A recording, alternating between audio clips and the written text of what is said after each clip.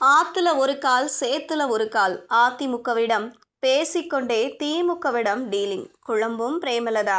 2026 சட்டமன்ற தேர்தலுக்கு அதிமுக கூட்டணியை பலப்படுத்தும் வகையில் தேமுதிக அழைத்து வர பேச்சுவார்த்தை நடத்தி வருகிறார் அதிமுக பொதுச் செயலாளரான எடப்பாடி பழனிசாமி. அதே நேரத்தில் இறுதி நேரத்தில் சீட்டு பேரத்தை அதிகரிக்கும் வகையில் அதிமுக பேச்சுக்கு பிடிகொடுக்காத பிரேமலதா விஜயகாந்த் திமுக தரப்பிலும் இணக்கம் காட்டி வருகிறார்.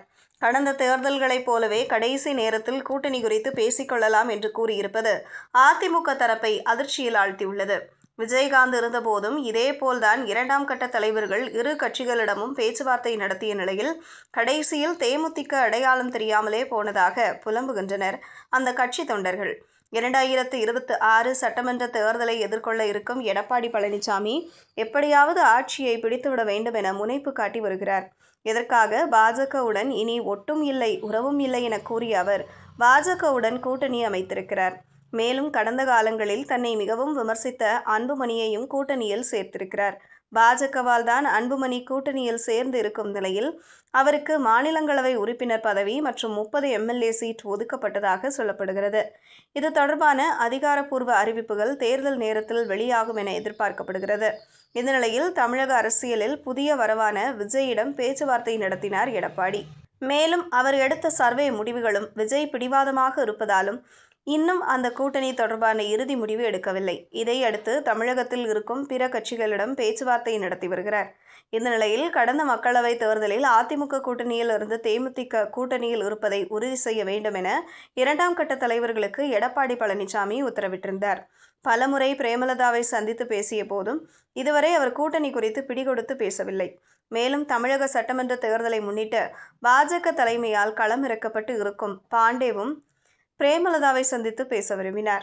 ஆனால் அதற்கும் பிரேமலதா விஜயகாந்த் பிடிகொடுத்து பேசவில்லை.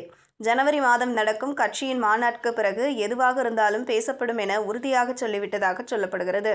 கடந்த மாநிலங்களவை தேர்தலில் அதிமுக தரப்பில் ஒரு மாநிலங்களவை சீட்டை எதிர்பார்த்தார் பிரேமலதா. இது தொடர்பாக உடன்படிக்கையை கையெழுத்தானதாகவும் அவர் சொல்லியிருந்தார். ஆனால் அப்படி ஒரு ஒப்பந்தமே செய்யவில்லை என எடப்பாடி பழனிசாமி கூறியதால் கடும் அதிருப்தியில் இருந்தார். இந்த நிலையில் திமுகவை விடவும் தனக்கு வாய்ப்பு இருக்கிறது என்பதை மறைமுகமாக சொல்லும் வகையில் திமுக ஆட்சியை பாராட்டுவது, முதலமைச்சர் ஸ்டாலினை சந்திப்பது என போக்கு காட்டி வந்தார்.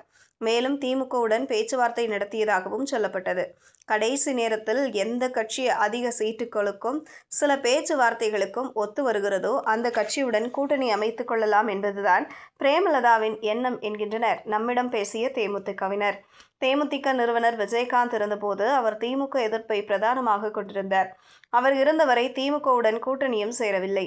அதே நேரத்தில் அதிமுகவுடன் மோதல் போக்கையே கையாண்டு வந்தார். இந்த நிலையில் 2011 சட்டமன்ற தேர்தல் 2016 சட்டமன்ற தேர்தலில் கடைசி நேரம் வரை அதிமுக திமுக என இரு கட்சிகளிடமும் விஜயகாந்துக்கு அடுத்த நிலையில் இருந்த இரு தலைவர்கள் பேச்சுவார்த்தை நடத்தினர். இது தெரிந்தே கடைசி நேரத்தில் கூட விஜயகாந்தை கூட்டணியில் சேர்க்க முடியாது என ஜெயலலிதா பிடிவாதமாக இருந்தார் எனவும் சொல்லப்படுகிறது. தற்போது அதே நிலையில் தேமுதிக இருக்கும் நிலையில் இரு கட்சிகளும் கூட்டணி சேர்க்காவிட்டால் இந்த முறை கட்சியின் நிலை மிக மோசமாகிவிடும் என புலம்புகின்றனர் நிர்வாகிகள்.